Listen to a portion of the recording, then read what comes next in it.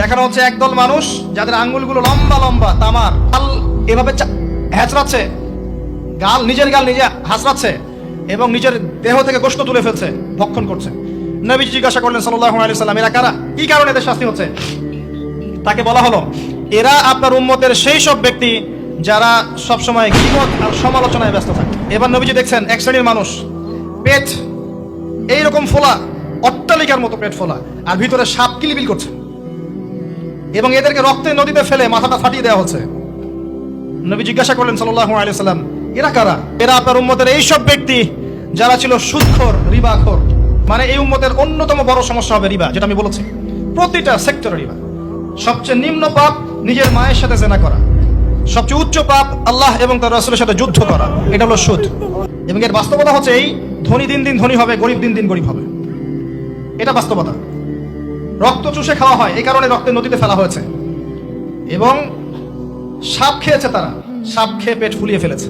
আর একটা হাদিস আগেই বলেছি, যে দেয়, যে নেয়, যে সাক্ষী থাকে, যে লিখে রাখে, সবাইকে সমানভাবে লানত করেছেন নবী সাল্লাল্লাহু আলাইহি ওয়াসাল্লাম। নবীর লানত নিয়ে হাউজে কাউসারের পানি কোশ্চিন কালো পাবেন না, কবরের উত্তর দিতে পারবেন না। এমনকি এই নবী সাল্লাল্লাহু আলাইহি ওয়াসাল্লামের সুপারিশ আপনার কপালে নাও জুটতে পারে, সতর্ক হয়ে যান। তিনি আসছেন, দেখলেন এক শ্রেণীর মানুষ আগুন, বড় বড় আগুনের দলা, এগুলো মুখে ঢুকাচ্ছে, পিছনের রাস্তা দিয়ে বের হয়ে যাচ্ছে। নাউযুবিল্লাহ পড়ি আমরা। জিজ্ঞেস করা হচ্ছে, কারা এরা? মর্মান্তিক শাস্তি হচ্ছে। নবী সাল্লাল্লাহু আলাইহি ওয়াসাল্লামকে বলা হলো, এরা আপনার উম্মতের সেই সব ব্যক্তি, listen to me very carefully, এরা আপনার উম্মতের সেই সব ব্যক্তি যারা ইতিমদের মাল আত্মসাৎ করে খেত। ইতিমের মাল আত্মসাৎ করলে যদি এই শাস্তি হয়, জনগণের মাল আত্মসাৎ করলে কি হতে পারে চিন্তা করে দেখেন। এটা মানুষের হক, আল্লাহর কাছে ক্ষমা পাওয়া যাবে না, মানুষকে দিতে হবে। আরো এগিয়ে আসলেন, তিনি দেখছেন, এবার বলতে গিয়ে আমার বুক কাঁপছে, দেখলেন এক শ্রেণীর মানুষ জিহ্বাগুলোকে টানা হচ্ছে, আগুনের কেচি দিয়ে কেটে দেওয়া হচ্ছে, আবার জিহ্বা জোড়া লাগছে, আবার কেটে দেওয়া হচ্ছে, চলতে আছে অনবরত, কন্টিনিউয়াসলি।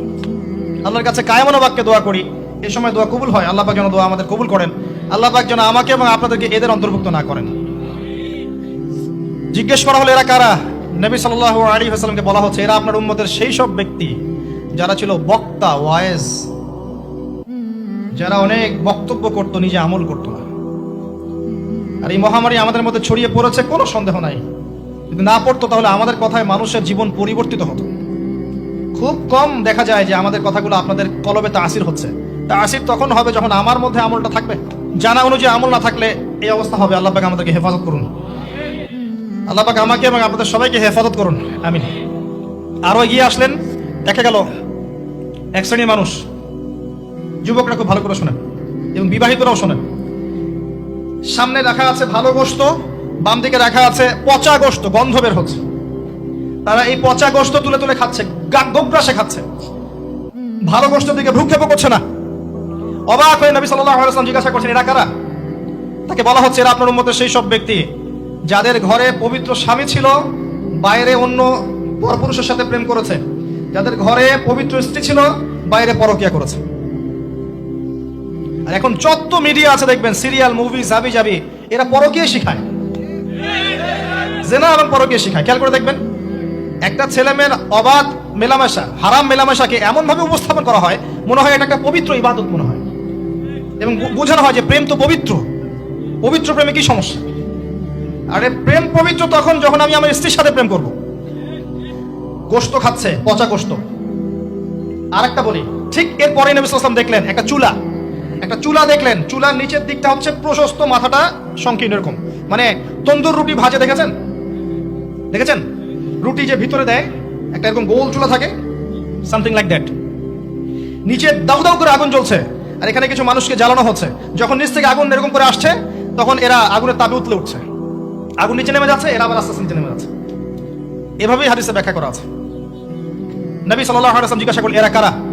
বলা হলো, এরা আপনার উম্মতের সেই সব ব্যক্তি যারা জেনায় লিপ্ত ছিল। তিনি আরো এগিয়ে গেলেন, জেনা সম্পর্কে কয়েকটা হাদিস এসেছে। তিনি এগিয়ে গেলেন, দেখলেন একটা জায়গা যেখান থেকে দুর্গন্ধ বের হচ্ছে, পাবলিক টয়লেটের চেয়ে প্রকট দুর্গন্ধ, মনে হচ্ছে পাবলিক টয়লেট। নবী জিজ্ঞাসা করলেন সাল্লাল্লাহু আলাইহি ওয়াসাল্লাম, কোন জায়গা থেকে এরকম দুর্গন্ধ আসছে? তিনি বলেন, এটা হচ্ছে জেনাকার, এবং জেনাকারীদেরকে আযাব দেওয়া হচ্ছে, ওদের রক্ত মাংসের পুজের গন্ধ এগুলো। দেখলেন এক শ্রেণীর মানুষকে একটা শরবত খাওয়ানো হচ্ছে, শরবত জাহান্নামীদের রক্ত মাংস পুজের নির্মিত। তার নাম হচ্ছে তিনাতে খাবাল। কি নাম? তিনাতে খাবাল। কাদেরকে খাওয়ানো হচ্ছে?